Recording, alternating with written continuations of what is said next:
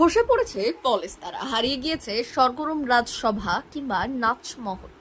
ভগ্নস্তূপের মাঝেই স্মৃতিচিহ্ন হিসেবে দাঁড়িয়ে কেবল জরাজীর্ণ লাল চুন সুরকির দেওয়াল, তাও আবার সংস্কারের অভাবের সংকটের মুখে। বহু প্রাচীন তাম্রলিপ্ত রাজবাড়ি কৌলিন্য হারালেও সেই সাবেকিয়ানা বজায় রাখতে মরিয়া প্রয়াস চালিয়ে যাচ্ছে নতুন প্রজন্ম। আর তারই নিদর্শন হিসেবে মঙ্গলবার উল্টো রথের পূর্ণতিথি মেনে ঘটা করে অনুষ্ঠিত হলো দুর্গাপুজোর খুঁটি পুজোর অনুষ্ঠান।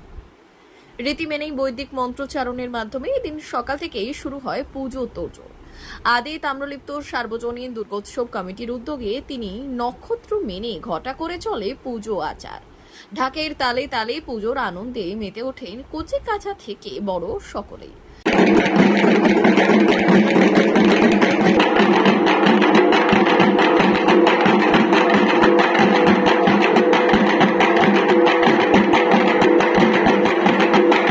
এরপর দুপুরে ঠাকুরবাড়ির দালানে চলে মহাভোগ প্রসাদ বিতরণ, যার মুখ্য উদ্যোক্তা ছিলেন তমলুক পুরসভার পুরপ্রধান তথা তাম্রলিপ্ত রাজবাড়ির অন্যতম সদস্য দীপেন্দ্র নারায়ণ রায়।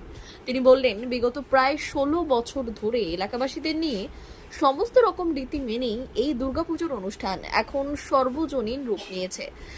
সেই উপলক্ষে জগতের মঙ্গল কামনা করে এই দিন খুঁটি পুজোর আয়োজন করা হয়েছে। এবছর 17তম বর্ষে পদার্পণ করেছে।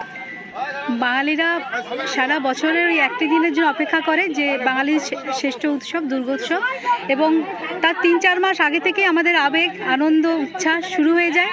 তারই প্রতিফলন আজকে আমাদের রাজবাড়িতে আমাদের তাম্রলিপ্ত পৌরসভার প্রথম নাগরিক ডক্টর দীপেন্দ্র নারায়ণ রায় এই পুজোর সাধারণ সম্পাদক, এবং উনি আজকে খুঁটি পূজার মাধ্যমে দুর্গাপুজোর সূচনা করেন। আমাদের আদরের দিদি, আমাদের প্রিয় দিদি মাননীয় মুখ্যমন্ত্রী মমতা বন্দ্যোপাধ্যায় এই পুজোর উদ্বোধন করেন। আমরা সবাই 3-4 মাস আগে থেকে আনন্দ উৎসবে লেগে যাই। D news, Tamluk.